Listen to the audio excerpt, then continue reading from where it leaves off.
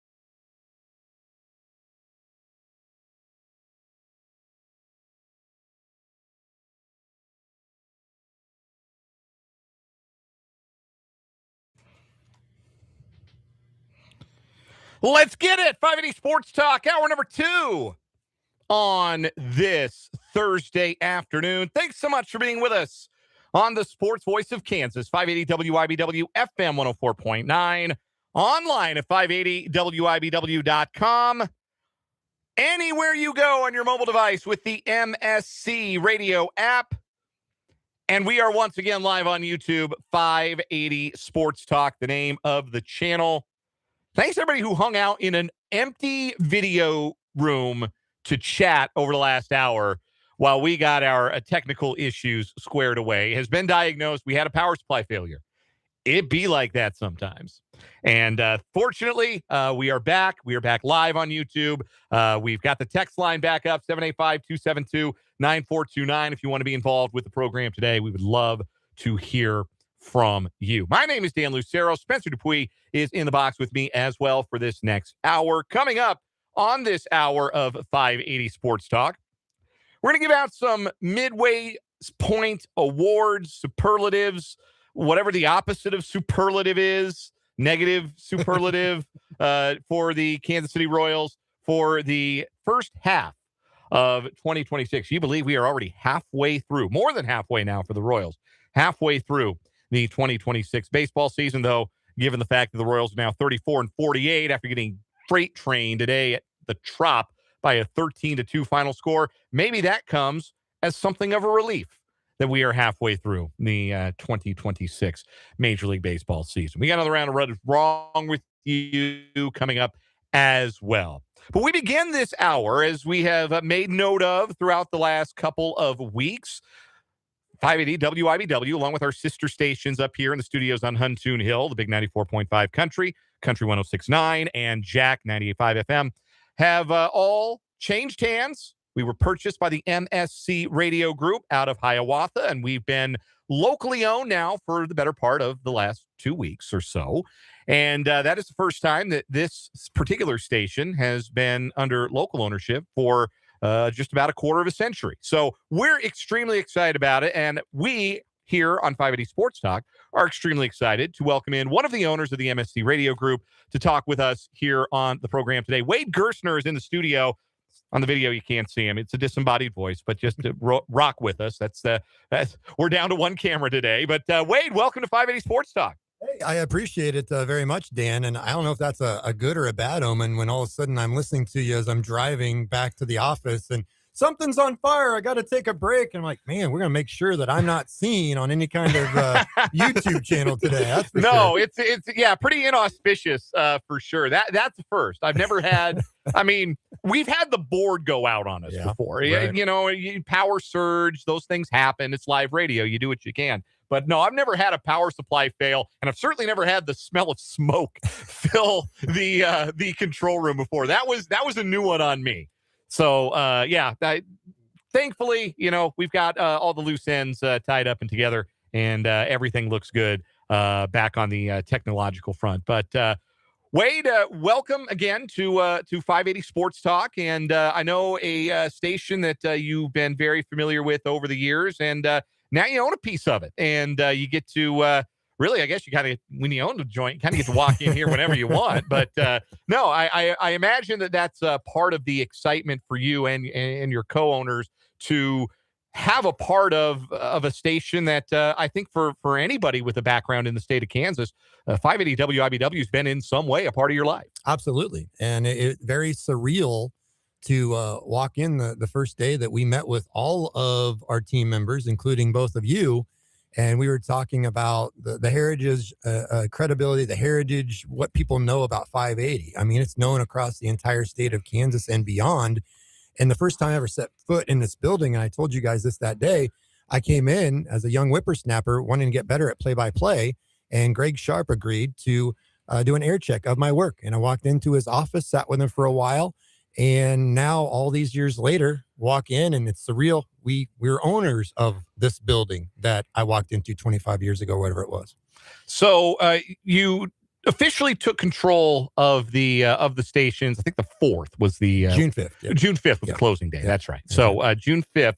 So we're working on about almost 3 full weeks now of local ownership. And thank you for not immediately canceling 580 Sports Talk. First of all, you're welcome. I want to say thank you for letting us continue to be on the air and do the voodoo that we do. But for those who might not be familiar with what the MSC Radio Group has done in the sports space in particular. Sure. Your stations, again, the company started in Hiawatha, originate out of there. Mm-hmm. You had 6 radio stations, most recently the 96.9 FM, the Pulse, KOZA, which broadcasts transmitters here in Topeka, is licensed to Topeka.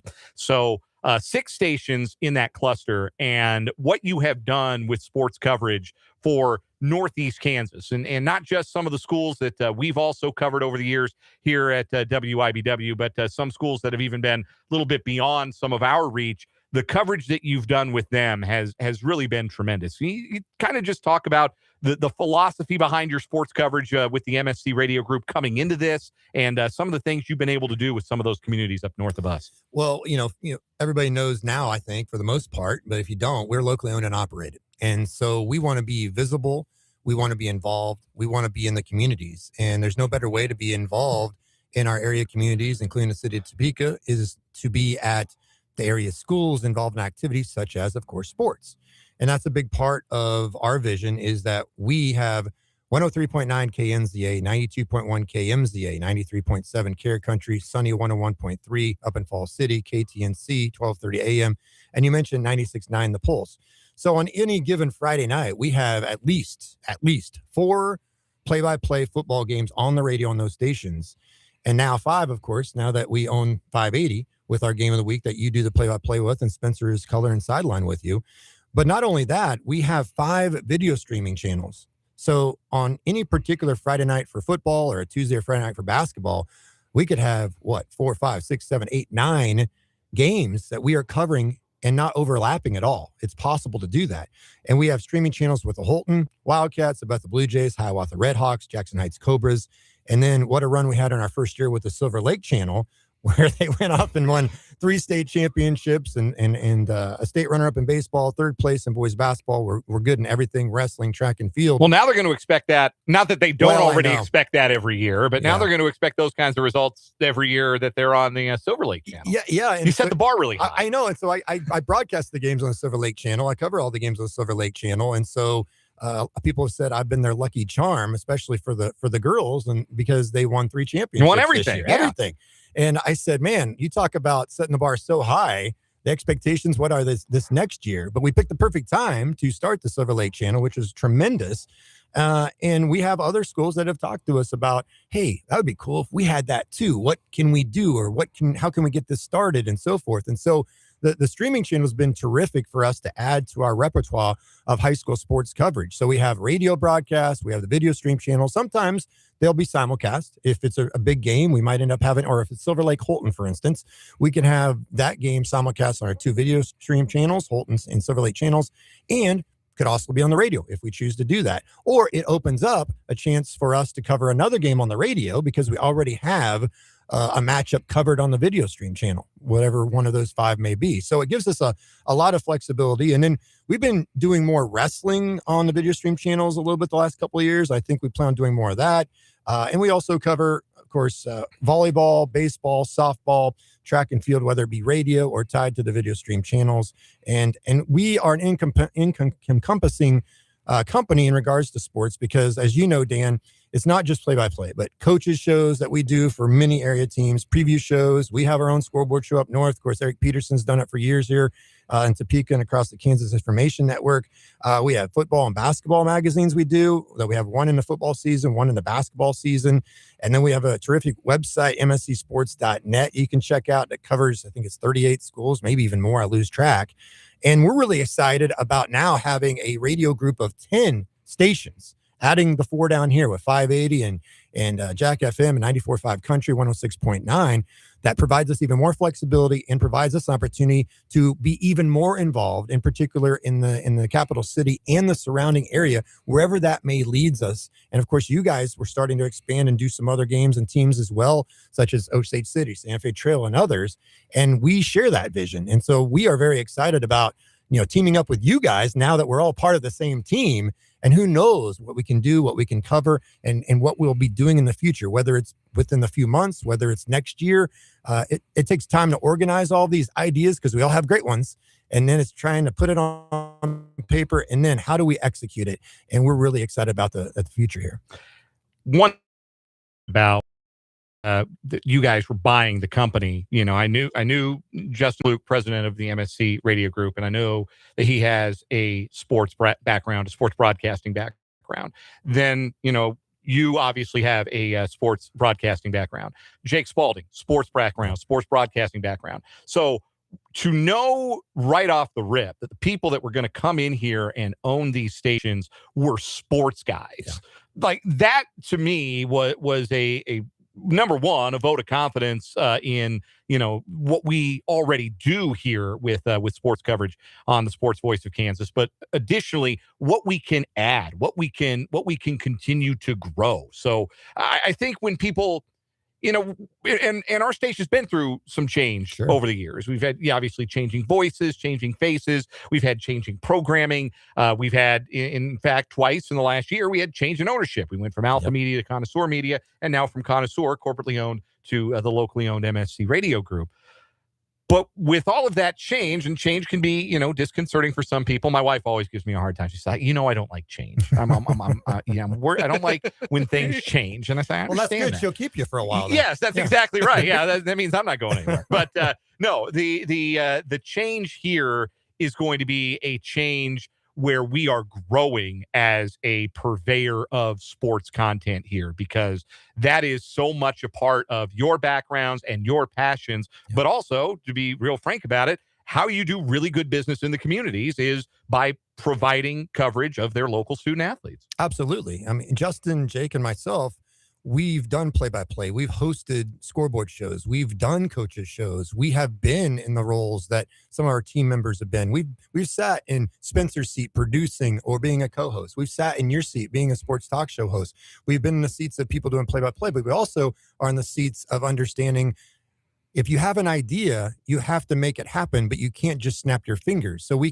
collaborate as a team, ownership team, all of our staff up north and now down south, and now collectively all together. I say up north, down south, because there's 5 stations up there. There's 5 stations down here.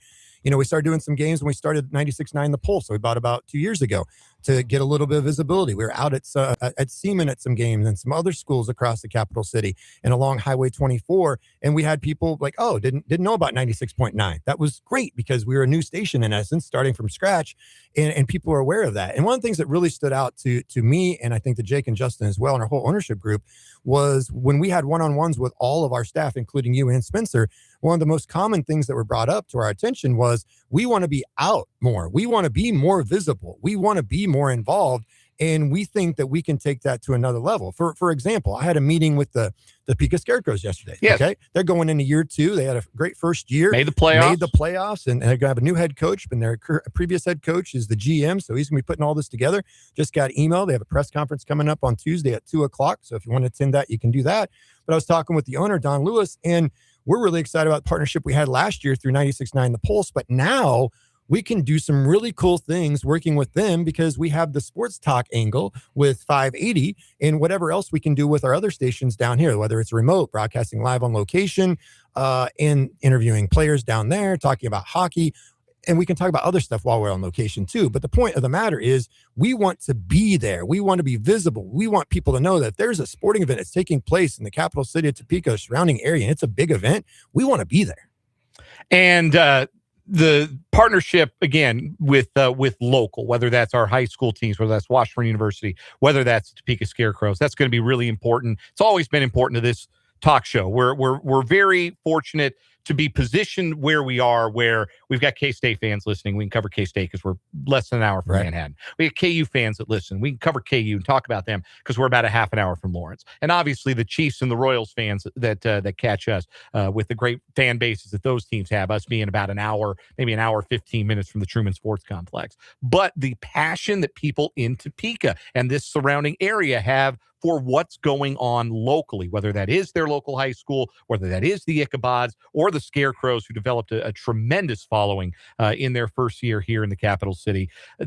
That positions us so uniquely as a show. And this having this partnership with MSC Radio Group, who is keenly aware because they're in the community. That's the beauty of it. You guys are right here. You're in this with us. You talk to the same people that we do. You go to the same places we go to. And so having that understanding and those relationships is just going to help build. And we hope in the end, make 580 Sports Talk an even better product that is even more able to marry the big picture sports talk, the big tent, Chiefs, Royals, KU, K-State content with that local sports content that our local listeners crave as well. Absolutely. You know, I've been through various stops in my radio career over the years. I've been in Kansas City a year. I was in Omaha a few years, Seneca, Beloit, Glen Elder, Kansas. Shout out to all the fans that listen to me out there. That's where we first met, Wade. You and me. That's where we first met on a professional basis.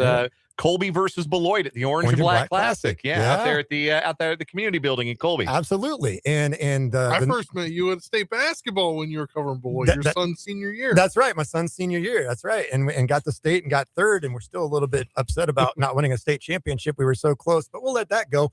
But see, there's the reach that we're talking about because it's a small world. And Dan and I know each other from out in Colby. When he was at Colby, I was at Beloit. And then we crossed paths here. And then Spencer just mentioned crossing paths there. And we're a tight-knit community when we come to broadcasters and small market radio. Now, you know, Topeka to me is not small market radio, but it's kind of a combination of the small markets with the capital city to really provide terrific coverage for everybody involved. And that's our goal. And the other thing, too, is that we have lots of ideas to enhance the coverage that we're already doing. It's when you say we are involved, like we're at functions, we're at remotes on a Saturday. You know, there'll be times we'll have to come in the station and fix something at 10 o'clock at night. All of us on the ownership team. That doesn't happen when you're in a corporate office 2,000 miles away in a suit and a tie. You don't have that connection that we do with our community. And so that's why we talk about the MSC Radio Group, Mini Signals Communications. What that stands for, by the way, is because we want to be locally involved. And the key word is connected. And we certainly can be connected from a sports perspective, no doubt. It's good that you went with the M for many signals because, as you know, in sports, we got the Atlantic Coast Conference has teams in California, and the Big Ten's got 18 teams, and the Big 12 has 16. So just go with the many. Yeah. Keep it simple. The Big Many Conference would have maybe made a lot more sense for some of these. We're talking to Wade Gerstner, one of the owners of the MSC Radio Group, as the new owners of 580 WIBW. We mentioned it, Wade. You've got a long history in sports broadcasting, high school broadcasting. Like me, you're an Oscar Stauffer Award winner from Acacia and the Kansas Broadcasters Association. But you've also got a lot of passion for the teams in the state. So I've got to ask you, we're at the midway point of this Kansas City Royals season. Yeah. How big a bummer has this whole year been for the boys in blue? Well, it's been a complete bummer, but, I have to admit, as a lifelong Royals fan, going all the way back to when I remember the first time I saw a Royals game on TV was, I think, 1983. So I'm dating myself. I was 7. That was my first memory of the Royals.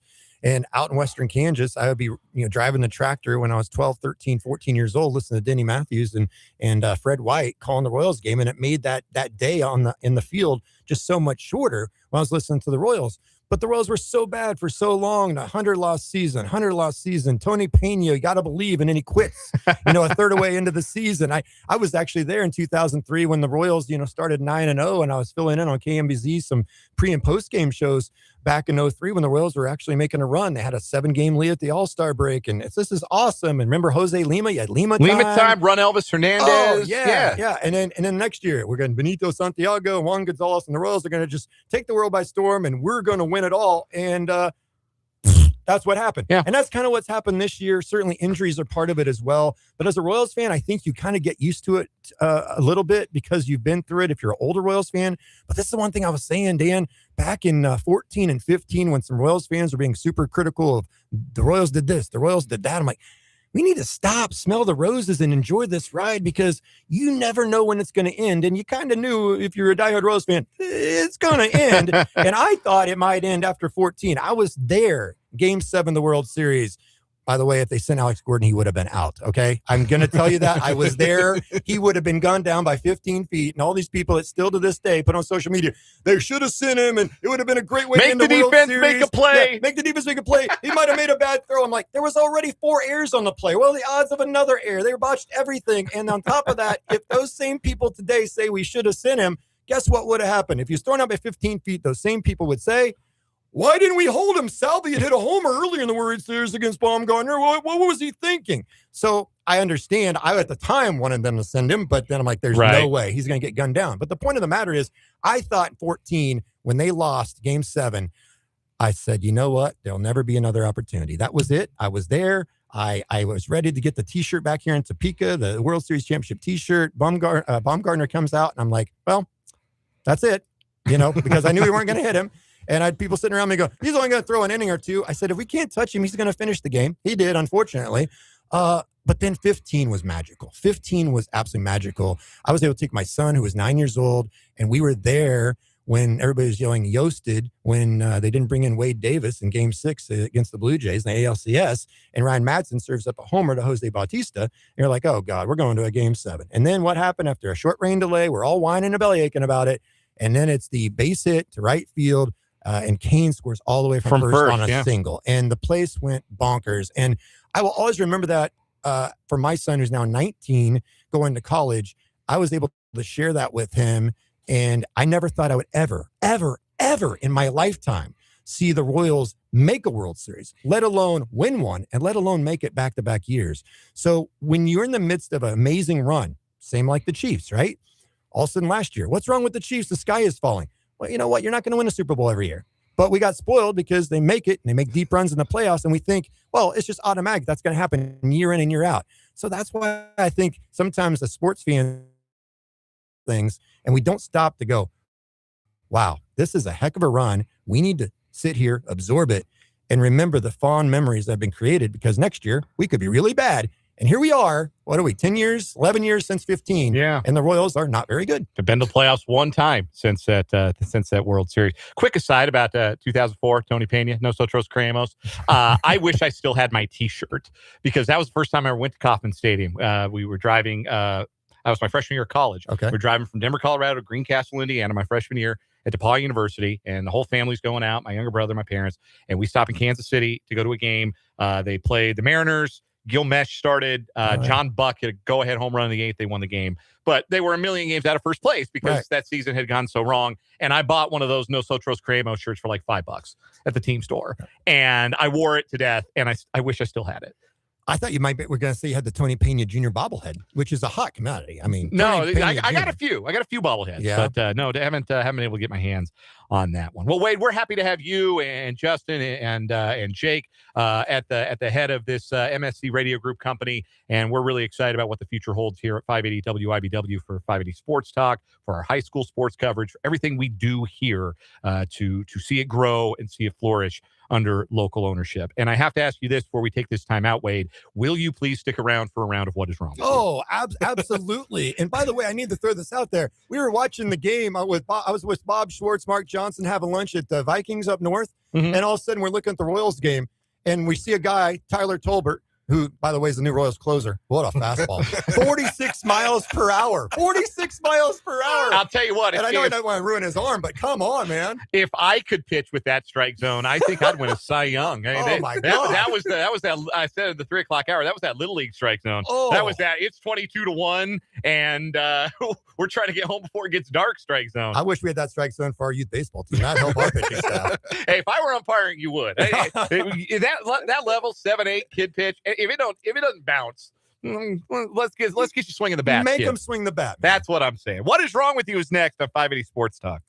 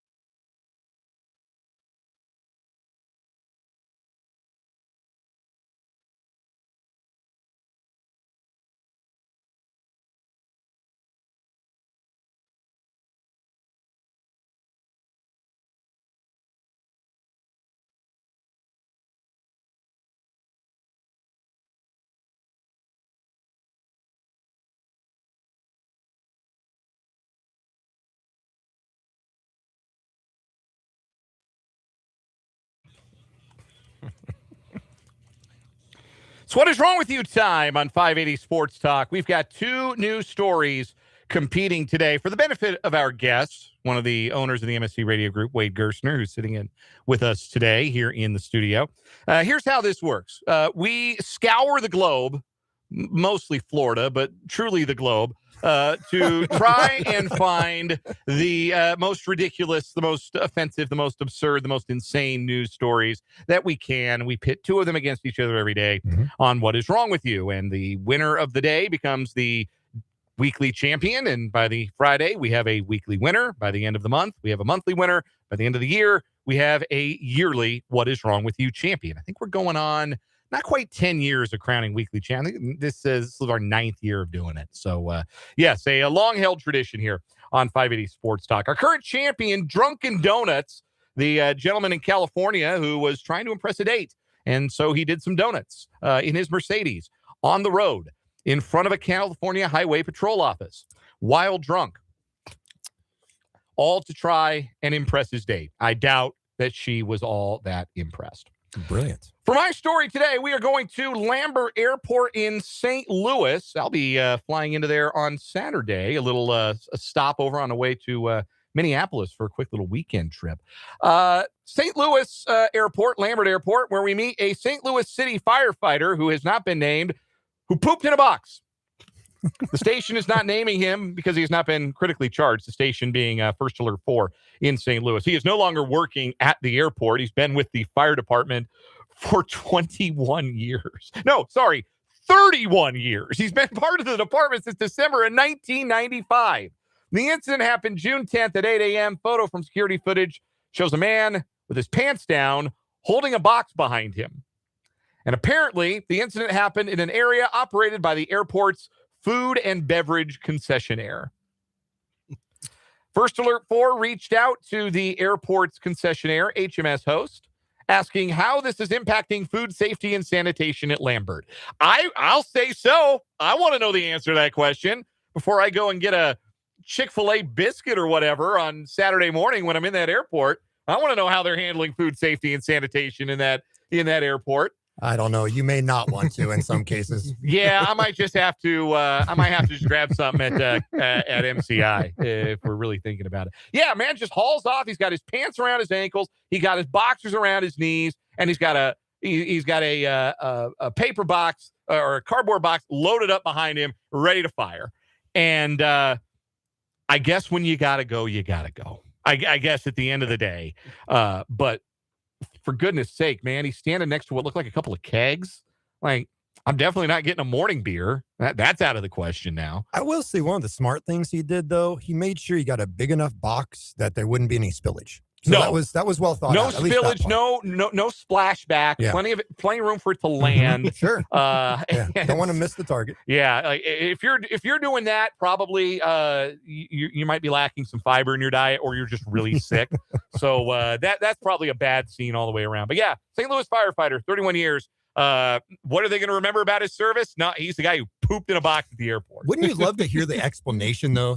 Be a fly on the wall. So why exactly did you do this? What caused you to, I mean, seriously, how did this start? How did we get to this point? If I had a dime for every time I've thought that about a What Is Wrong With You story, I could probably retire. Mm-hmm. Spencer, you've got a story today from, what do you know? Florida. Go for it. Have you guys ever gone to a sub place and maybe the bread wasn't that fresh?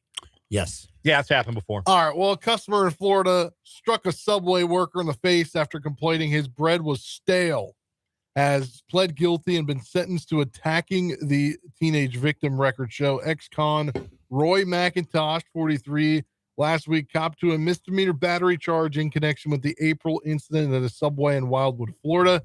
He was sentenced by a circuit court judge to a years-long probation, fined $860, and ordered to perform 20 hours of community service. According to an arrest report, witnesses said the McIntosh was visibly upset about the hardness of the bread used for his sandwich. Following a brief verbal with the clerk, he suddenly struck the guy across the left side of his face with an open hand. Store surveillance recorded the 6'2" assailant striking the Subway worker, who immediately stepped backwards in apparent shock. An officer who responded to Subway examined him, observed visible redness and slight swelling to the left side of his face, consistent with being struck. When McIntosh was confronted by cops, he confessed to hitting him, but claimed the sandwich that gave him intentionally old stale bread on his sandwich purchased a week earlier. McIntosh added that he complained to the employee, who just began to laugh, which caused him to strike the victim. Yeah, I wouldn't appreciate being laughed at by a Subway sandwich. McIntosh, as I said, ex-con. Yes, he has a pretty large rap sheet. He spent a total of 4 years in prison.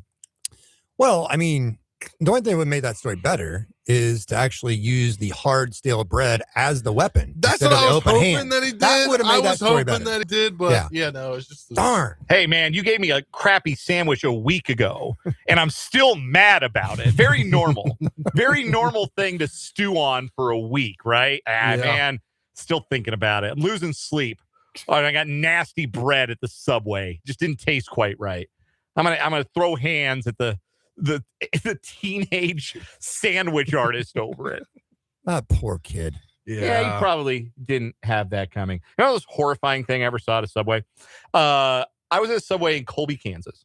And I've been to that Subway. I'm sure you have. Not a lot of options in Colby, Kansas. No. But I guess there's two Subways. There's the freestanding Subway, and then there's the one at the gas station. Yep. So this is the freestanding Subway. Okay. And I was in line behind a gentleman, and he ordered a foot-long turkey sub and asked for extra mayo and pepper. And that was it. It was all he wanted on the sandwich, and like a disgusting amount of mayo. Like I'm not an anti-mayonnaise guy, but like he slathered this thing with mayo. You couldn't even see the turkey anymore. And it's like, yeah, can I get some pepper on that? And under my breath, I went, oh my God. And I think he heard me. I think the guy ordering the sandwich might have heard me.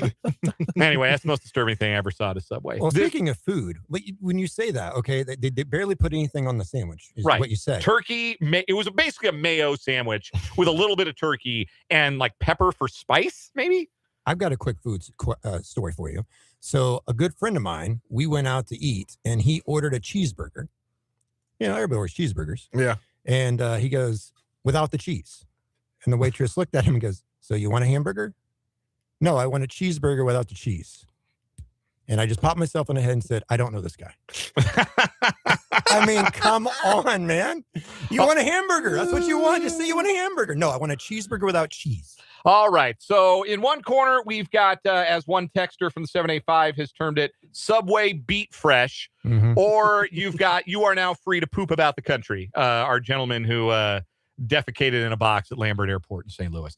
Wade, we'll give you the first vote. Which story do you like today? Oh, I think I got to go with the guy in the box. I mean, you know, when I think of saying the guy with the box, I think to the Saturday Night Live skit with Timberlake. And yes, Sandberg. I would sing it, and I would replace. Well, you might not. You could replace one word I can't say on the radio with another. That would not be good when the owner's right here, and Dan would do that. Good call, Dan. It's my.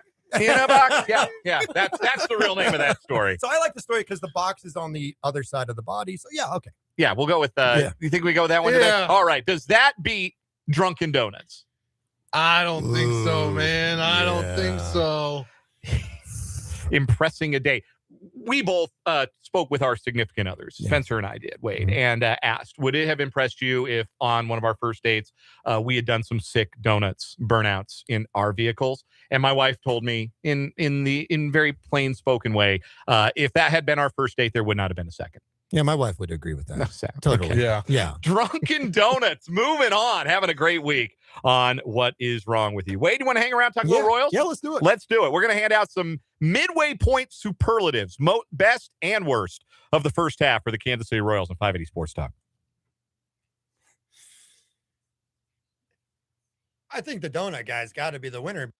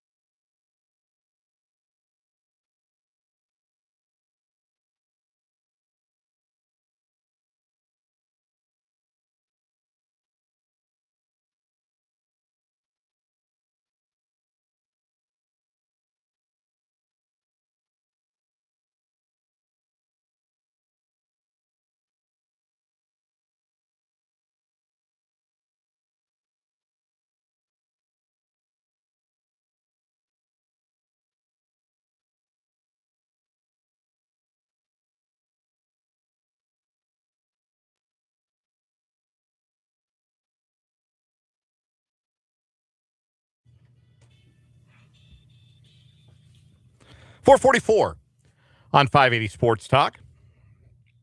Got a full house today. Dan Lucero, Spencer Dupuis, and Wade Gerstner, one of the owners of the MSC Radio Group, which 3 weeks ago, roughly, about 20 days ago officially, made it official that they now own 580 WIBW and our 3 sister stations up here in our Huntoon Hill studios. 82 games for the Royals. They've won 34 of them. That's not very good. I don't think that I need to elaborate much beyond that. Look back at the first half of the season. There's 6 games to me that stand out as these are the games where things could have been a lot different if they'd won them all. These were games that they should have won. And every team, like I said earlier, every team's got games, right, where you can go back. You could do this for the bottom of the league. You do this for Boston. You can do this for Colorado, San Francisco. You can do this for everybody at the midway point. Half a dozen games and say, well, gosh, if they'd have won that game, all of those games, things might be a little different. But I think of these 6 in particular as being particularly painful for the Royals this year. The second game of the year, the Carlos Estevez disaster, a game that did not need to be lost, a pitcher who did not need to be in the game, did not need to be on the active roster. It was plainly apparent through spring training that Carlos Estevez wasn't right.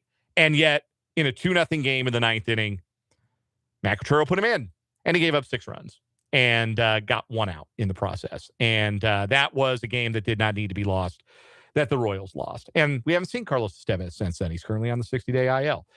Game number 19, that was the rally in Detroit that wasn't. Royals were down 6-0, came back, took the lead 9-7. They were 1 strike away from victory. Lucas Erceg coughed it up, and they lost in 9 innings, 10-9. Riley Green, 2-run double, then RBI single, I think by Colt Keith. But that could have been the stirring comeback that would have salvaged a game in that Detroit series and maybe spurred them on to some better results in New York. Instead, they went 0-6 on the road trip. Game 45, that was the game against Baltimore where the Royals scored a run in extra innings and then could not get the run in a second time. They totally screwed up having a runner on second with nobody out in both the 10th and the 11th inning, and they ended up getting walked off. So not against Baltimore. Oh gosh, trying to remember who that was against now. But yeah, they had opportunities in the extra innings to score multiple runs and couldn't get it done. And they blew that ball game. Game number 54, Memorial Day loss to the Yankees. That was a game, again, would have been a very stirring win in front of a big crowd. Would have kept a winning streak going. Bobby Witt Jr. and Salvador Perez had big swings. Go-ahead home run by Bobby in the 8th. Royals cough it up in the 9th. Lucas Erceg again. Game 58, they were down 4-0 in Texas. Rallied to take a 6-4 lead in the 8th. Lucas Erceg again gave up 3 in the 9th. They lost 7-6. And game 61, that was the bullpen disaster class that Matt Quatraro put on. That game where he threw Matt Strahm out there for the first time in 17 days to give up the game, to give up a home run. And then Lucas Erceg, no business being in a save situation, rolled him out there, gave up a home run. And then John Schreiber gave up the walk-off home run in the 10th. So those were the 6 games to me that and that was painful to go through, I'm sure. But those were the games that the Royals should have won and did not. MVP for the Royals for the first half of the season. This shouldn't be a very long discussion, I don't think. It was one player. It's obvious Tyler Tolbert. He was awesome. Yeah, man. Flinging those 47-mile-an-hour. His ERA is only 23. It's pretty good. He's been worth below replacement level as a pitcher this year, which is not what you want to say about a position player. He has been getting. They keep rolling him out there, and he keeps getting lit up. No, Bobby Witt Jr.'s 4.4 F4 Fangraphs wins above replacement, better than any other American leaguer, even though he's missed the last 6 games. Only Pete Crow Armstrong has been more valuable across all of Major League Baseball. He's still a tremendous hitter, even though I'm wondering if a nagging knee issue has sapped some of his power this year. I think there's some to that. But he's been terrific defensively. He's going to win another Gold Glove, might even win the Platinum Glove again in the American League. He's one of one. And if he comes back and he's healthy and he can get his knee right after that grade 1 MCL sprain, and he's healthy the rest of the way, I do think the MVP is his to lose in the American League, even if the Royals finish with 60, 70 wins. Ooh, I don't know. I mean, I would be hopeful of that, but you know how it is sometimes. Well, they're so how valuable are you when you only win 60, 65, 70 games? You have to be clearly the best player. The thing that helps is that the one guy who's putting up the big counting numbers, Yordan Alvarez, is also on a crappy team. That's true. So and Judge is hurt. Yeah, and Aaron Judge is hurt. Yeah, that's because you could just always default to giving it to him, right. and maybe he'll get healthy, and we'll see. But I think it's Bobby's to lose. He's been that good. That'd be awesome. The team's least valuable player. I hate to do this to Salvador Perez. Oh, dude, you're just gonna upset Royals Kingdom and Royals Nation. I love Salvador Perez. He's one of my favorite players of all time, and like I said the other day, in 5 years, I will stand on the table for Salvador Perez to be a Hall of Famer. Mm-hmm. I will do it. I am a firm believer he belongs and would make the Hall of Fame better. According to Fangraphs wins above replacement, he is the least valuable player in baseball. Negative 1.3 wins above replacement. That's how costly he has been to the Royals this year. And Matt Cotrero left him in the cleanup spot too long. That's not his fault, but certainly contributed to why the Royals couldn't score enough runs to win games early in the year when the pitching was healthy and they had some more chances to win and not leave it up to their shaky bullpen. It's not great that of the 9 least valuable everyday players in the game entering today, the Royals have 3 of them. Because Isaac Collins and Vinny Pasquantino also below replacement level. Is it just me? It seems like we say this almost every year at the Royals. 3 of their starters in their batting order are 3 of the worst hitters in the league. Yes, we have said that's been a frequent refrain the last couple of years. What is not frequent is that it's 2 guys that you were counting on to be the muscle in your batting order. No doubt. Big part of why they're where they are. Team Cy Young. I think Michael Wacha's the pick here. Not because he's been spectacular, just because he's been steady. Consistent guy. Yeah, and there's value in that. Sure. There's a lot of value in consistency. And I think that the Royals, if they choose to go to market with Michael Wacha, will find out that there's quite a lot of value in his consistency. He's one of their best trading chips right now. I think he is the best trading chip, to be completely honest, of the guys they'd realistically trade, right? Like they're not going to shop Cags or Bobby Witt or anybody like that. But Michael Wacha, he's got an NLCS MVP under his wing. He's pitched in the postseason. He could start game 3 of a playoff series for you. He can go deep into games. He can save your bullpen. That's helpful in August and September. Yeah, and he's got that extra year of team control. I think he'll be very valuable. And his experience. He's pitched in the playoffs before. Yeah. Team Cy Yuck. Apologies to Jason Stark. I stole this concept from him. I got to go with Lucas Erceg here. Not that there's a shortage of candidates, because there have been a bunch of guys who've towed the slab for the Royals who've not been particularly good. Matt Strom's probably been worse, honestly. I was going to say that would be mine. Like, he's been worse, like, performance-wise, but Erceg being as bad as he's been was so detrimental to this team. I mean, we went through those games that the Royals blew. The game in Detroit was Erceg. The game where they screwed up the extra innings twice, that was Erceg. Memorial Day loss to the Yankees was Erceg. The 6-4 lead in Texas, the rally there that wasn't, that was Erceg. When Estevez went down with the injury, that meant they needed Erceg to be the rock. They needed somebody to lean on and structure the bullpen around, and he just hasn't been that guy. And that's been so killer. And I think a big part of why the bullpen floundered the way it did the first 2 months. It's amazing. Just, 2 years ago in the playoffs, Erceg was, nails. He was the guy that was closing games down in Baltimore in the playoffs. You felt good about him. And I thought, and his backstory, when some of the battles he's had off the field and so forth and so on in his life. So you felt really good about what he was accomplishing a couple of years ago. And last year I thought he was solid, but yeah, this year it has been disappointing because it had to be Estevez or it had to be Erceg, and neither one has got the job done. Yeah, Alex Lang has sort of made the 9th inning his own, and he certainly hasn't been perfect either. Walks too many guys to be really great, but at least he has offered some of that late inning stability. But it was clear the Royals went into this season, they were going to build the bullpen around Estevez and Erceg, and then everybody else was going to fall in line, and their roles would be dictated based upon, let's get the ball to those 2 guys in the 8th and the 9th. And that falling apart in the way that it did, and all of the guys they've had to try in high leverage. Strom has been lousy. Lang wasn't very good until really this month. Nick Mears wasn't real good. They've called guys up from the minor leagues who haven't really performed. It's just never been able to find that stability in the bullpen that really last year and toward down the stretch the year before, when they did make the playoffs, they did have that stability. They did have, a 9th inning arm they could count on and could build it. With Erceg, I remember 2 years ago, we were like, this dude, he's going into his prime where he's under control. Yeah. Like, he's under control through the 2029 season. Unfortunately, his pitches aren't. No, right. That's what I'm saying. But like back then, it was like point, you felt really good. You were like, well, we get him for the lifetime of where he could be really good. Absolutely. Without having to re-sign him to a big, huge contract. Well, let me ask you a question. This has been bothering me about the Royals for a while. Why is it that the Royals can't scout, develop good starting pitching? Because they just, you can count on one hand how many good starting pitchers that they developed. I mean, you look even the rotation this year, of course, injuries have hurt it. Bubic, of course, is one that has recovered from injuries before. But it's always, the Reagan's trade was great. When he's healthy, it was a terrific trade. But they don't really seem to be able to identify. It's always failed starters, turn them relievers. But they have to always go find somebody, a free agent, make a trade, hope a guy re-blossoms into a previous year of his career to help fill out the rotation.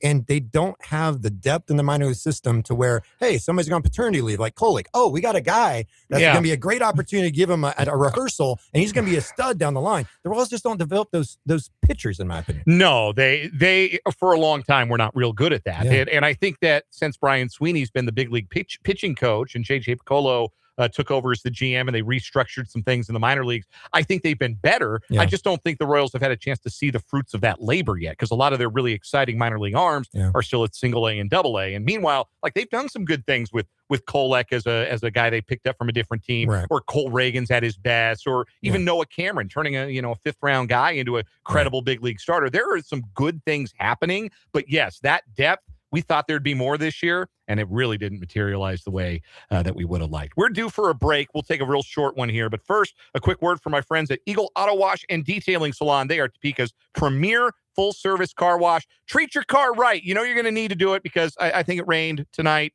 and I think it rained today. And look, that means you need your car washed. And Eagle Auto Wash and Detailing Salon is going to wash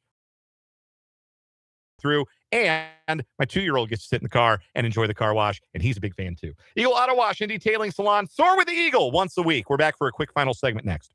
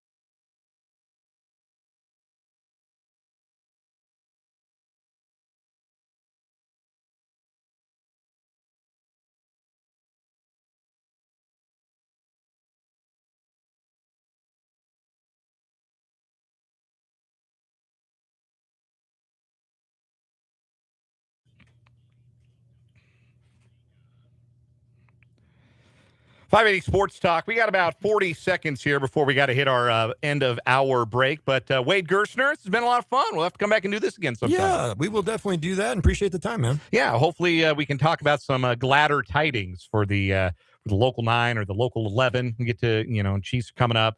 We always used to say around here, if the Royals can get us to training camp, then they had a good enough season for our purposes. Do the Royals have to play the next 80 games? Can we just go in the football season? Hey, some already are. I still like spending the time with Denny and Ryan and Jake on the radio. We got that going for us. We got one more hour of 580 Sports Talk. Yeah, full show today. We got headlines. We'll do Ask Me Anything. We'll have a lot of fun. One more hour. 580 Sports Talk.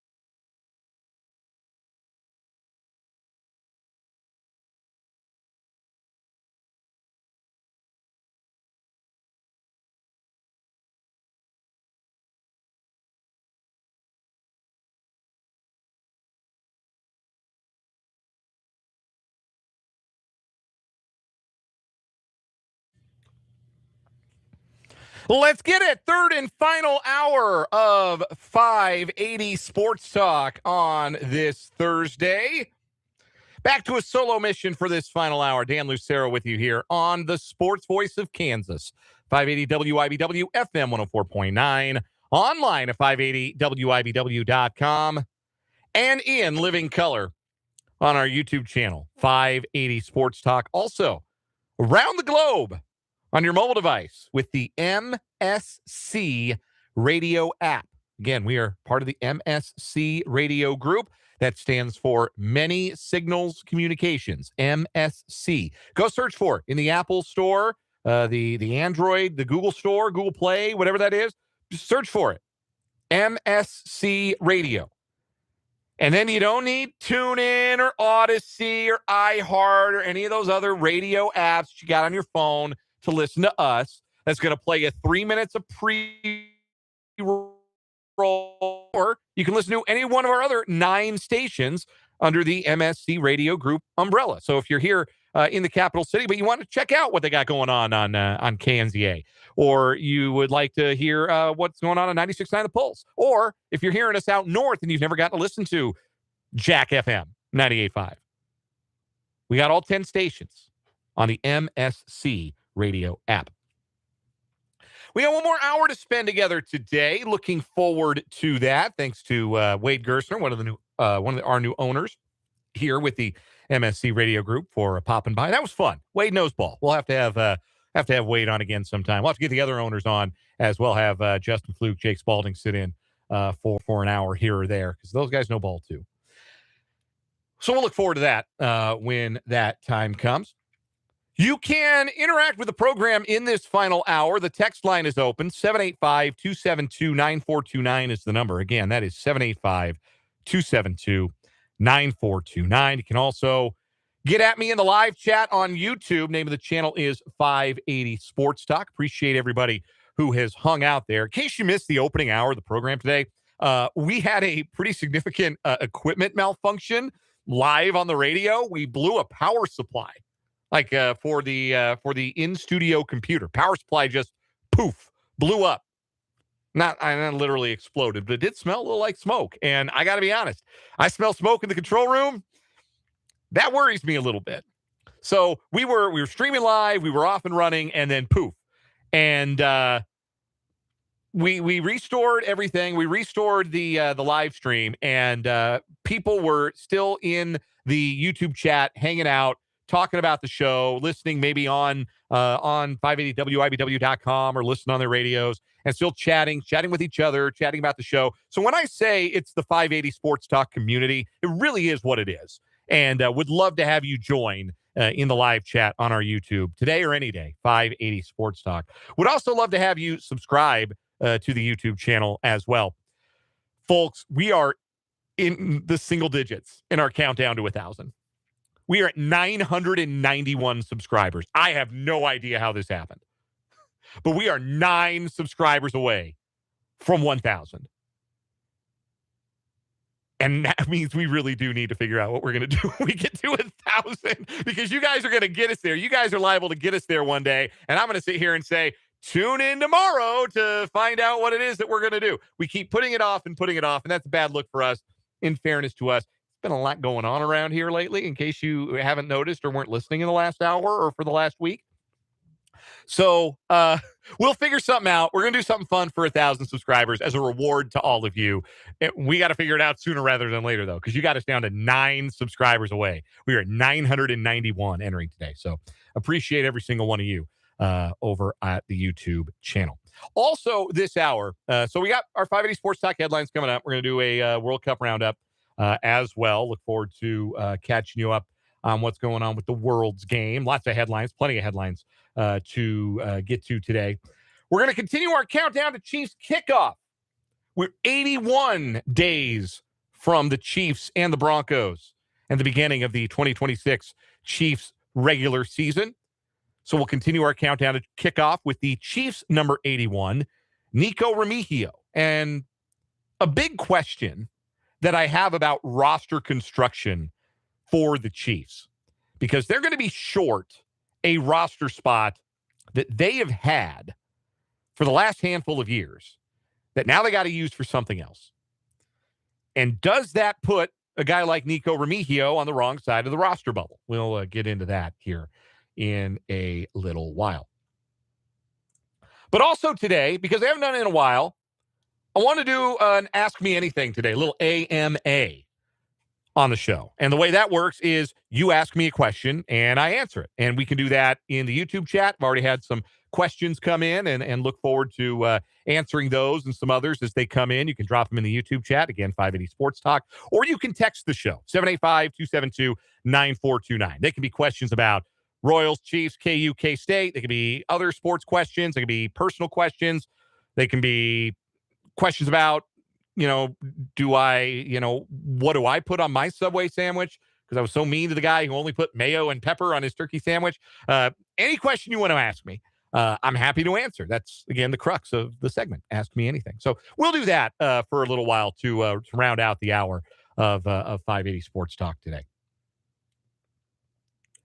But we begin with those headlines. Let's hop into those. We want to start with a local sports headline that Washburn University Athletics has decided to move their broadcasts this year to the Varsity Network app through the Learfield Network. And what that means for Washburn is that they're going to be able to offer more of a broad, diverse offering of sports on their audio network. In addition to football, men's and women's basketball, they will also be able to add coverage for soccer, volleyball, baseball, and softball. And in conjunction with already what exists with the MIAA network and their video, they'll also be able to have an audio component that goes out over the Varsity Network app. And what that may mean for you, if you are listening to the show today and you've enjoyed hearing Ichabod broadcasts over the years, most recently for many years on our sister station, Country 106.9, is that will no longer be the case for the 2026-27 athletic year, and perhaps beyond, though that is up to Washburn. Now they've brought their broadcast responsibilities and decisions in-house. And I can't speak for, everybody in charge of things here at 580 WIBW. I can only speak in my capacity as a sports director, and I understand that that's going to be disappointing to many listeners and many longtime Ichabod fans who've enjoyed the game on the radio, but you're still going to be able to enjoy an audio broadcast of the game. You're just going to need to download the completely free Varsity Network app, which I already have on my phone. And I listen to, that's a great way if I'm out of town and I want to hear Wyatt on the K-State Sports Network, or if I want to hear a KU game, or if I want to hear, there's a lot of college teams that are on the Varsity Network app, Division I, Division II, and elsewhere. And so it's a great place to listen to college sports, listen to the big games in college sports. And now that's where you'll be able to listen to the Washburn Ichabods. But unfortunately for us, and it will be a partnership that is missed. I think I can say that. I can speak freely and say that it's sad from the perspective of we've enjoyed that broadcast partnership. But I can also sit here and affirm that our commitment on 580 Sports Talk to continuing to cover the Ichabods, to have coaches and players and staff members on 580 Sports Talk, and to continue to track and celebrate the progress of Ichabod athletics throughout the 2026-27 school year and beyond remains unchanged. And so we may not any longer be the flagship radio voice, but I still consider this show a partner of Ichabod athletics. And I look forward to us strengthening that partnership as this upcoming year approaches and goes on, and into future years. And who knows, in the future, maybe one day you will hear games again on our airwaves. But for the 26-27 year, it's the Varsity Network app if you want to listen to Washburn athletics. Washburn also hired a director of broadcasting, Brandon somebody. His last name's a train wreck. I can't even begin to pronounce it. But some kid, some hotshot kid, good broadcaster, I guess, that they hired as their director of broadcasting. I'm kidding, of course. It is, of course, our old friend here at 580, Brendan Dworzinski, who will continue in his capacity as the voice of the Ichabod. So if you were wondering what pastures Brendan had departed to. Now you know. So that's our first headline today. Next headline, we'll do some NBA draft here. Some names of note. Nobody from Kansas or Kansas State was selected in the second round of the NBA draft last night. But after the fact, 3 players with KU or K-State ties signed what are called Exhibit 10 contracts with NBA teams. And an Exhibit 10 contract is essentially an agreement that ties the player to the team through the summer league, training camp, and the preseason. So it's a tryout contract in effect. And player makes the team. They can be signed to a full NBA deal or potentially a 2-way deal that would allow the NBA organization to shuttle that player between the NBA roster and their G League affiliate. Melvin Council signed an Exhibit 10 contract with the New Orleans Pelicans. Trey White agreed to those terms with the Miami Heat. And Nate Johnson, who was a 1-year K-Stater, agreed to an Exhibit 10 contract with Oklahoma City. Not from either of those 2 schools, but still a player with some area ties. Mark Mitchell, the former Bishop Miege standout, played at Duke, finished up at Mizzou. Mark Mitchell signed an Exhibit 10 contract with the Denver Nuggets. It's interesting if you follow this stuff, if you're really tuned in to the fringes of the NBA rosters, the preseason tryouts, and the G League, a lot of times you'll have kids out of a certain school sign with a certain team or teams. So like Nate Johnson getting that opportunity with Oklahoma City. Keontae Johnson got his chance with Oklahoma City a few years back. Mark Mitchell going to the Nuggets, a kid from the Kansas City area and who finished his college career at Mizzou. Same for Tamar Bates, who signed an Exhibit 10 with the Nuggets last year and actually was on a 2-way for them might have been a 2-way. He was on their roster for a little bit this last year, though he never did end up appearing in a game with the Nuggets. But you notice who's scouting where and who's scouting which schools, and you can kind of tell those trends. But anyway, those 4 players, again, signing Exhibit 10 contracts. One former K-Stater did get drafted last night. Remember Ugonna Onyenso, the big kid, transfer out of Kentucky, played for the Wildcats 2 seasons ago, ended up transferring to Virginia. He was the 53rd overall pick of the NBA draft last night, selected by the Pistons, who acquired the pick in a trade with the New York Knicks. Onyenso is really, really good at one thing: blocking shots. How good is he? Well, clearly there's one organization thinks he might be NBA level good at it. I think he had 9 blocks in a game against Duke this past season. Like, legitimately high level rim protecting player. Did Jerome Tang ever figure out that was what he was really good at on a team that 2 years ago really could have used that sort of interior presence? No, Jerome Tang never did figure that out, among many other things, unfortunately. But congrats to Ugonna Onyenso, hearing his name called in the second round of last night's draft. Let's move on to some other sports headlines today. This story broke last night. Detroit Lions cornerback Terrion Arnold is facing multiple felony charges after being arrested Wednesday in Florida in connection with a robbery and kidnapping.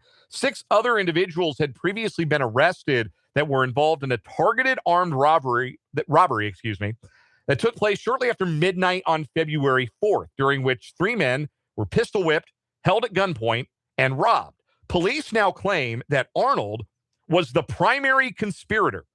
He is accused of coordinating and directing the co-defendants to lure the 3 men to an apartment where the assault occurred. Arnold turned himself in, was taken into custody last night. He faces 4 counts of kidnapping and 4 counts of armed robbery, which carry a potential sentence of life in prison. Life! Not what you want to hear if you're Terrion Arnold, for sure. Not what you want to hear if you're the Detroit Lions. In a statement yesterday, the CEO of EAG Sports Management, which represents Arnold, says that Arnold categorically denies any involvement in the matters underlying the allegations made against him and maintains his innocence, claiming, quote, "The government appears to be relying on testimony from multiple convicted felons who have admitted their own involvement and may have substantial incentives to shift blame in an effort to lessen their sentences. Mr. Arnold looks forward to his day in court and is confident that the judicial process will lead to his ultimate vindication. Terrion Arnold, for his career, 2 first-round pick out of Alabama, played 8 games last year. Might have been his last. We'll see about that. Not anything, not the phone call you want to get if you're Dan Campbell, I am sure. Next headline, Major League Baseball's ongoing negotiations with the Players Association over a new collective bargaining agreement continues. And Major League Baseball has accepted some of the Players Association's demands and is now making a few new ones of its own. Major League Baseball wants a maximum contract length of 5 years for players who are switching teams, while organizations will have the ability to keep their own players for up to 6 years. They refer to this as a cornerstone player provision. The potential change to free agency comes as the league addressed reserve clause issues in a Thursday meeting with the MLB Players Association. The league's proposal includes raising the minimum salary to $1 million for players with at least 2 years of service time. Any player with 0 or 1+ years of service time would receive $1 million if they got a full year of service. The increase in the minimum would be the largest year-over-year increase in MLB history. Minimums would increase in future years along with a payroll floor and ceiling. Yes, they're continuing to push for a salary cap. Additionally, players who reach 5 years of service time by age 30 would become eligible for free agency. Typically, it's 6 years of service time, no matter the age, but 5 years by age 30 would make you eligible for free agency. That is a provision that the union put forth that the league appears willing to accept. The league also appears willing to accept the elimination of the qualifying offer, which teams can make a 1-year qualifying offer to any would-be free agent. And if the player declines the qualifying offer, which usually happens because most players want to go get a multi-year contract for bigger money, longer years, more stability.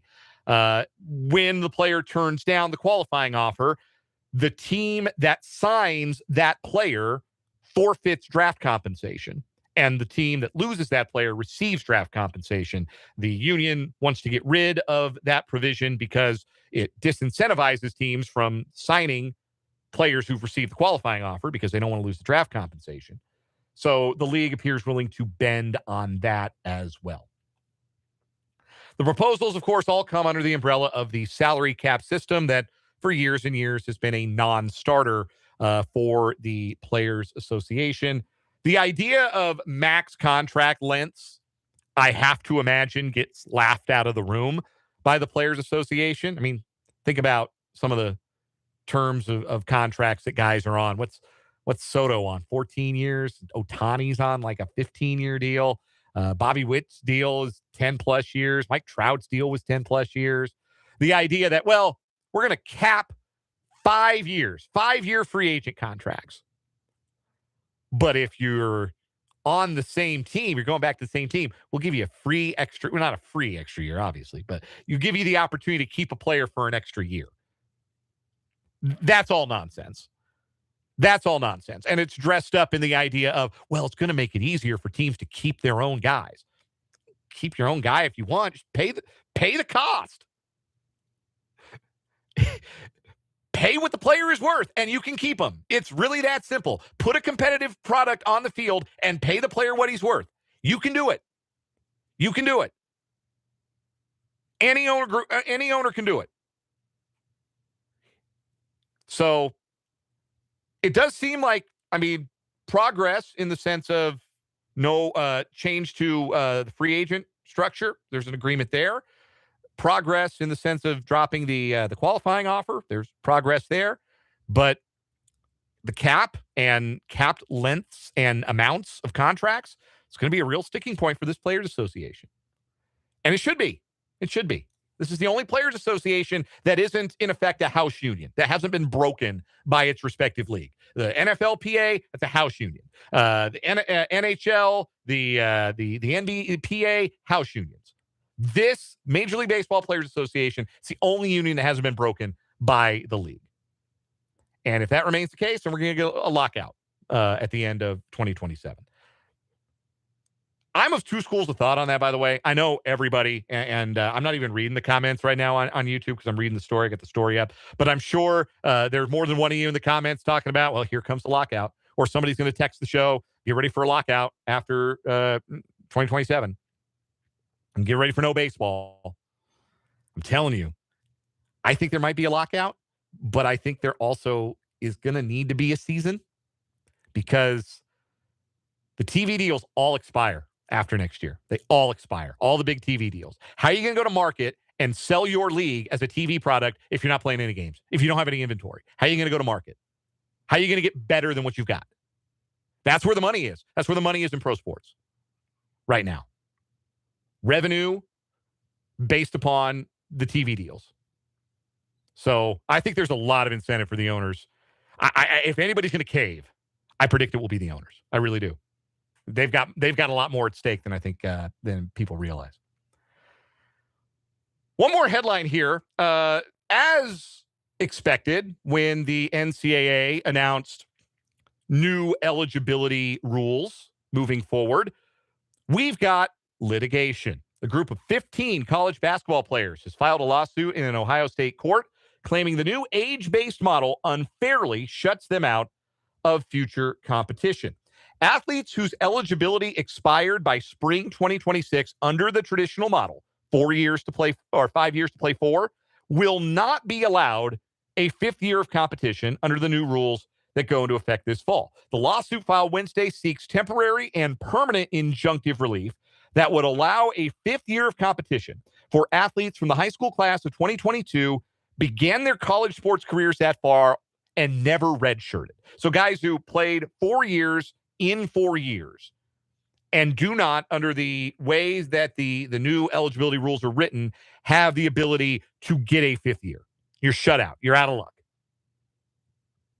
A judge denied a temporary restraining order hours after the lawsuit was filed. A hearing is set for next Wednesday on that request for the preliminary injunction. We don't have names of the high school, of the basketball players in question, but 9 of the plaintiffs have played or planned to play next season at Ohio schools, while the rest played multiple games in the state of Ohio. So you had to know, right, that there was going to be some kind of legal action there, and that is the salvo that is being fired. Excuse me. All right, let's wrap up our headlines today with the World Cup Roundup. Open wide for some soccer! Funny to me every time, folks. It might not be funny to you every time, but I'm telling you, it's funny to me every single time. We've had action already today. Ecuador beat Germany 2-1, while the Ivory Coast knocked off Curacao by a 2-0 score. What that means for Group E is that Germany and Ivory Coast have qualified for the next round. Germany is the group's winner in Group E. There is Group F action coming up at 6 o'clock. It's the final round of the group stage. So the final group stage games in each group are played concurrently. So you don't have any shenanigans based on, who's winning and how many goals do we need to get through and how many goals do we not need, and can we collude on a way to both of us maybe get through to the next round. So all the matches are played at the same time. The Group F action tonight, 6 o'clock, Japan against Sweden, Tunisia against the Netherlands. Right now, the Netherlands and Japan are in win and through situations there. The teams that have already qualified for the next round in Group A, Mexico and South Africa, 1-2 in that group. Switzerland and Canada, 1-2 in Group B. Group C, Brazil and Morocco are both through. So we know 8 of the teams that are through. There are 12 groups in this year's World Cup. And to make a knockout round of 32, 8 of the 12 third-place finishers will also qualify. But it's impossible to know which 8 until all the matches are done. So right now, if you're Ecuador and you're sitting on 4 points with a 0 goal differential, you feel pretty good about going through. You know you'll go in ahead of Scotland, who's only got 3 points, or Bosnia, who's got 4 points and a negative goal differential, or South Korea, who's on 3 points with a negative goal differential. But you're going to have to sweat it a little bit if you're Ecuador.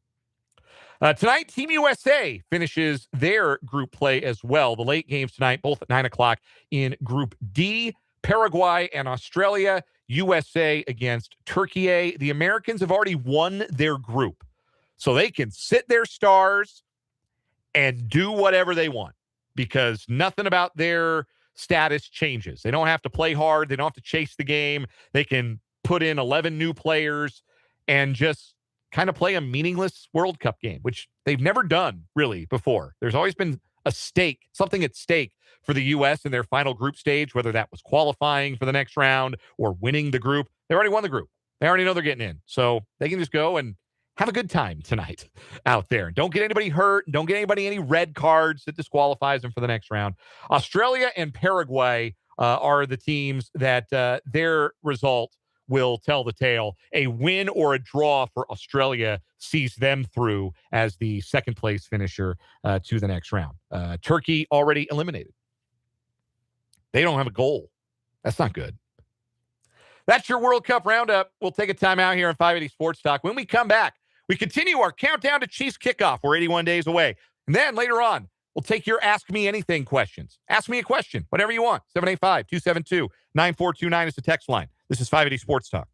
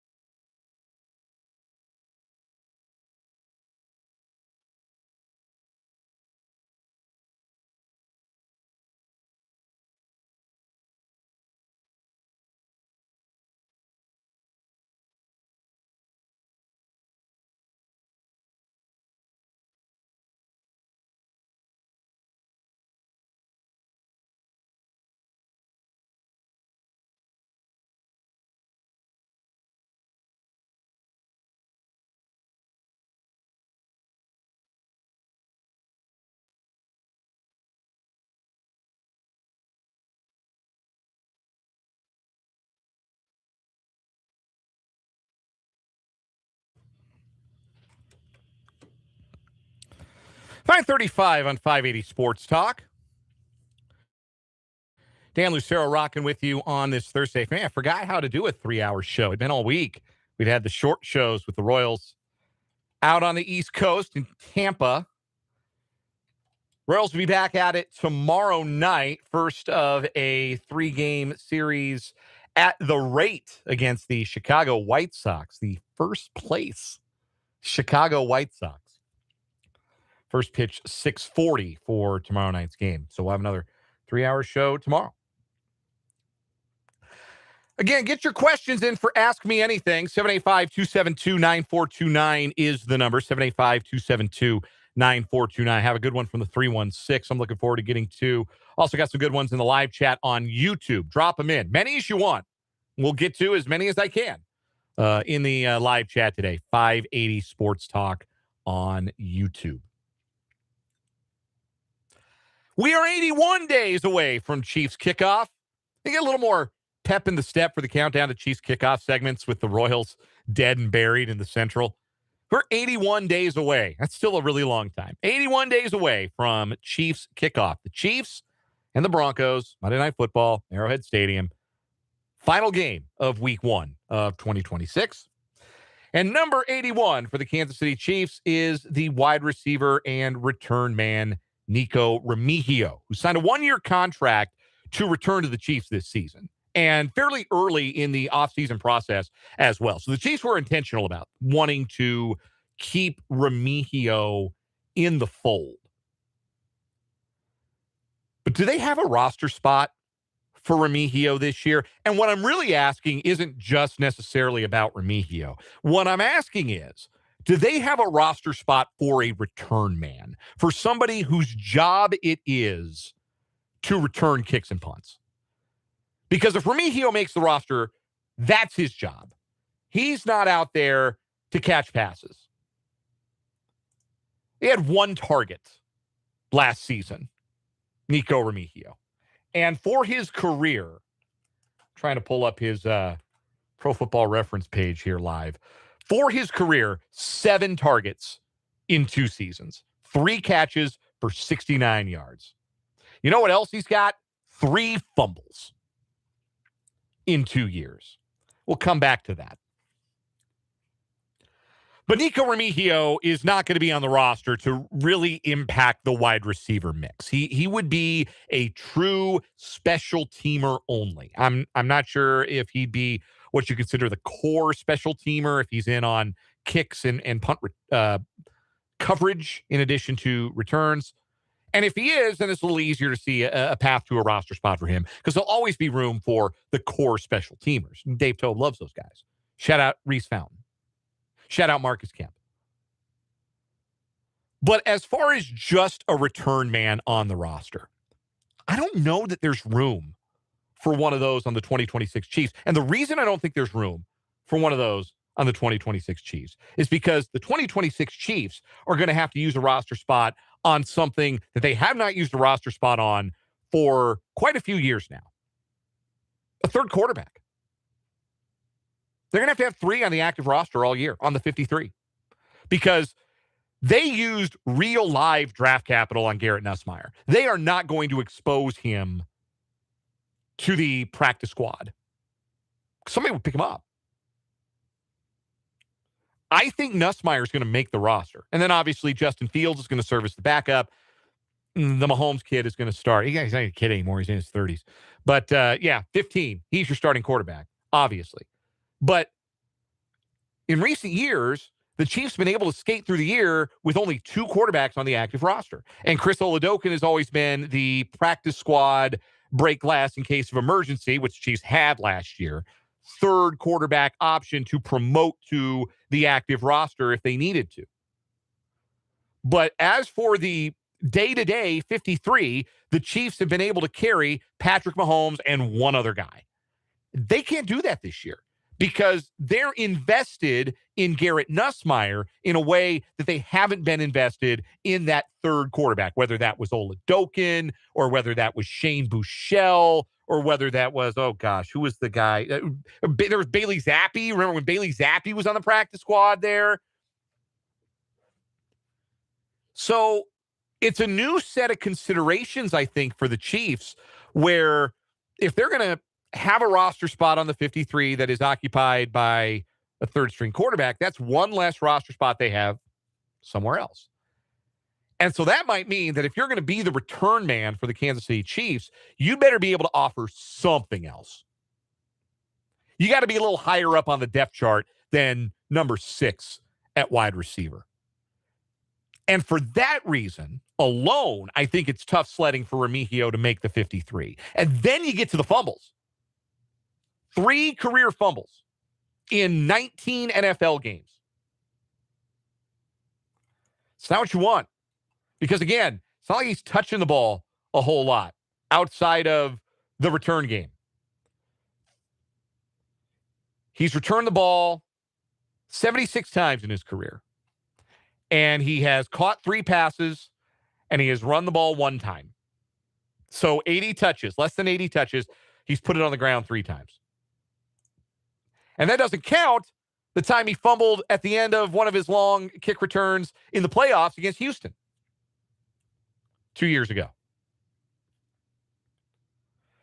So I am not convinced that Remigio is the best option as a return man. I like Rashard Smith a lot better. I thought he showed well and added some juice, particularly in the kick return game. Or the punt return game, I should say, late in the season. Jalen Royals was somebody the Chiefs really wanted to get a look in that spot last year, and they couldn't because he was hurt. But I think he's an option. Xavier Worthy is your break glass in case of emergency return option. Like, if you need a home run, you're down a touchdown, there are other teams punting with like 38 seconds to go. Maybe you stick Worthy back there and see if he can't, run by some people. But I think Smith and Royals are going to be better options. Royals because he's higher on the receiver depth chart. And Smith because he offers some offensive versatility that I don't think the Chiefs really ever got the chance to exploit last season. So Remigio is going to have a really good camp and a really good showing in the preseason games. It's going to be a really important preseason for him. He has to win that job. I don't know that there's a front runner. He's going to have to go win it. Otherwise, I'm not sure there's a spot for him on the 53. We'll take a break, come back with a little AMA. Ask me anything. You've got questions for me about whatever. I've got answers. Text them in, 785-272-9429. Drop them in the live chat on YouTube, 580 Sports Talk. That's coming up next.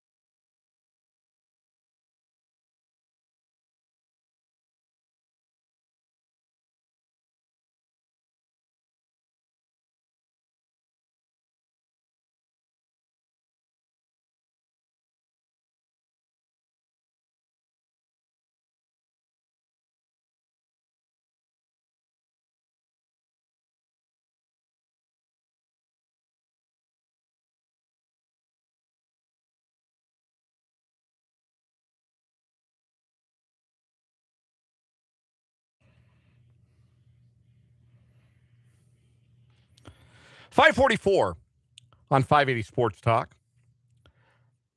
Run out the clock on this Thursday. Let's have a little fun.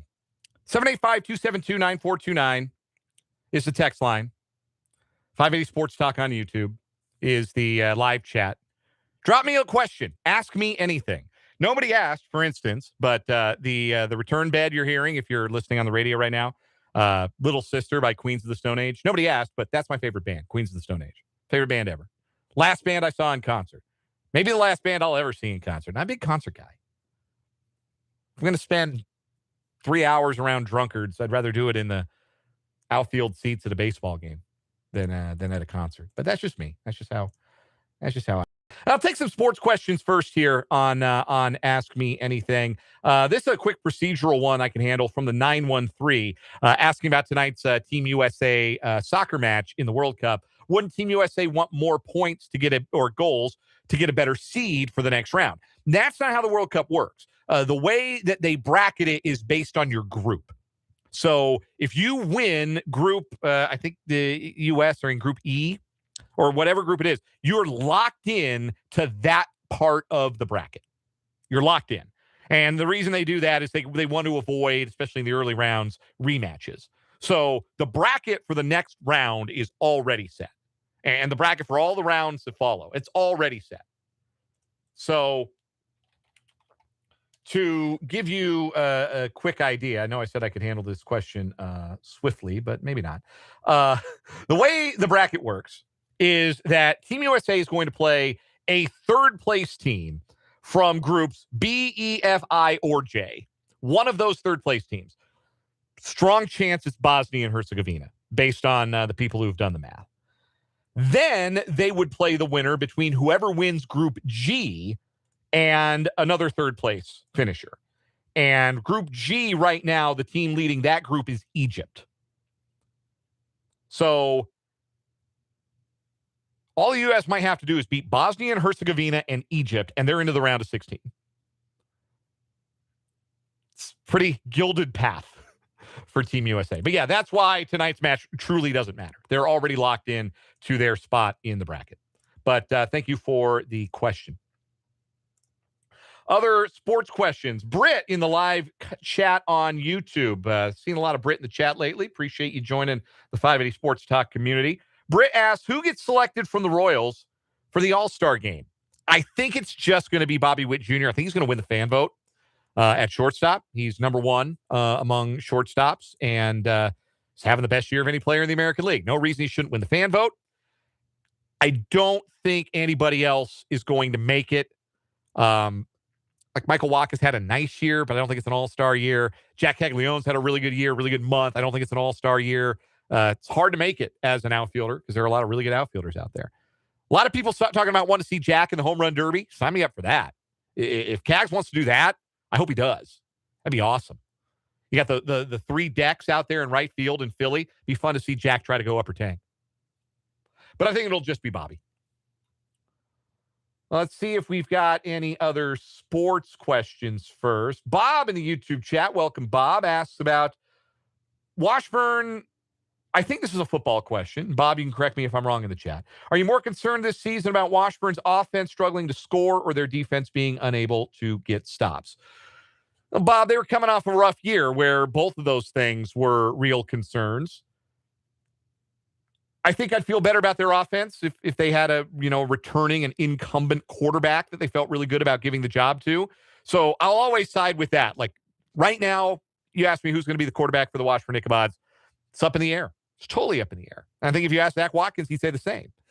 So that will be where my concern always lies for any football team. You got to figure quarterback out first. Everything else can take care of itself in a way, but you got to figure out quarterback. And Washburn's in that spot where they've got some really intriguing candidates at the spot, and they can do a lot of different things. And I think we might see more than one out there just based on different skill sets. But yeah, it's the offense for me that's the primary concern there.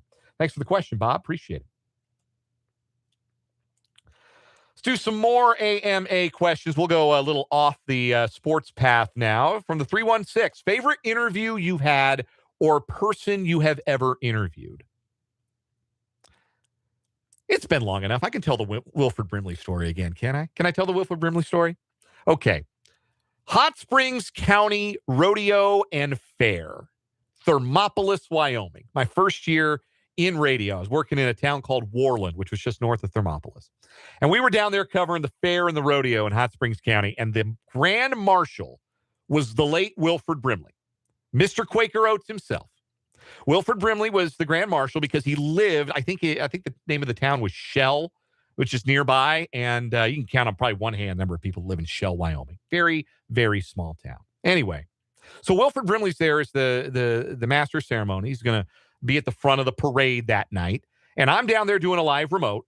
So I'm going to interview Wilford Brimley live on the radio. I've got 3 minutes. 3 minutes with Wilford Brimley. It's not nearly long enough, right? Wilford Brimley had a legendary Hollywood career. Could have asked him about Quaker Oats. I could have asked him about diabetes. I could have asked him about being in The Natural or Walker, Texas Ranger or any of the other great stuff he was in.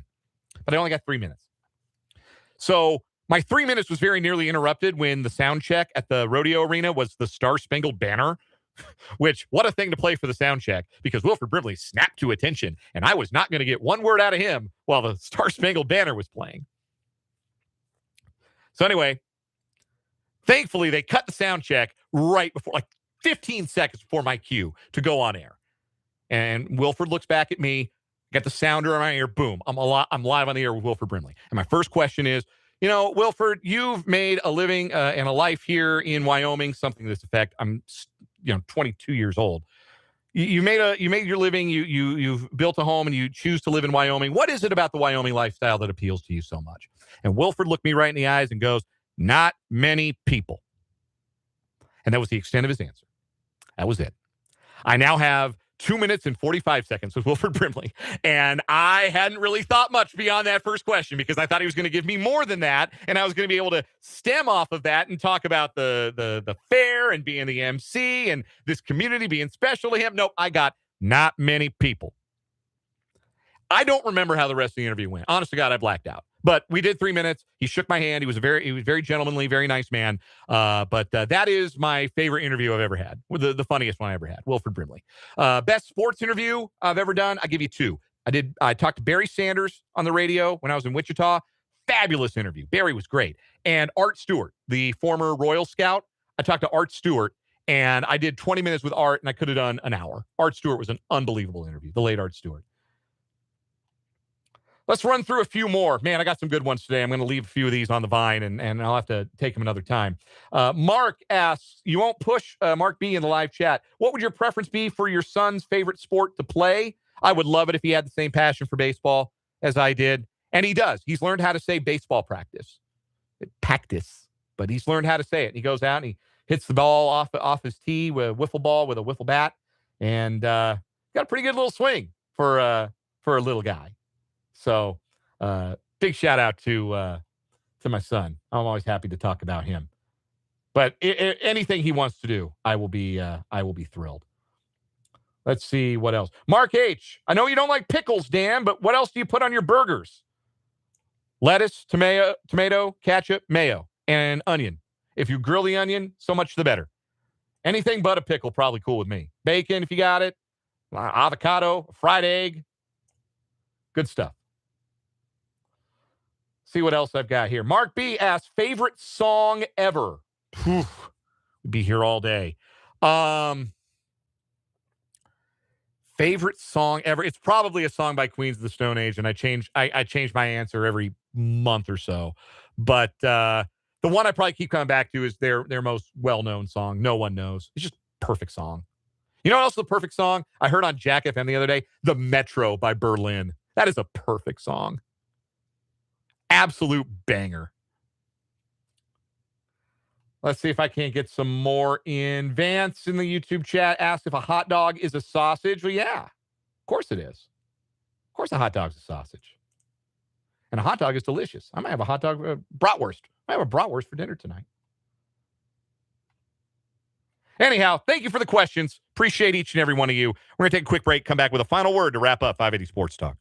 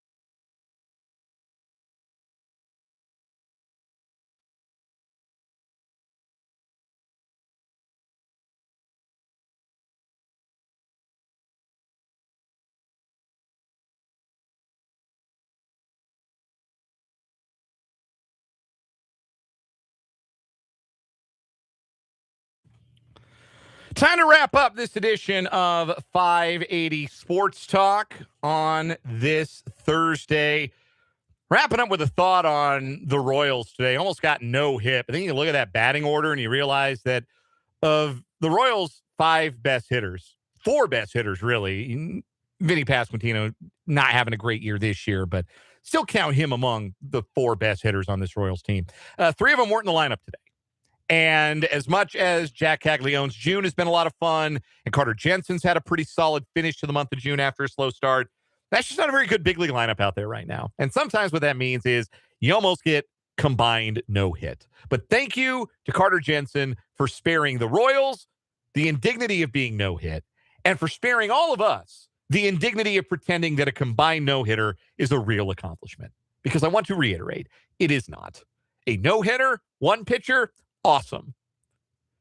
Peak cool baseball thing. Combined no-hitter, lame, whack, boo, boo, nobody cares, boo.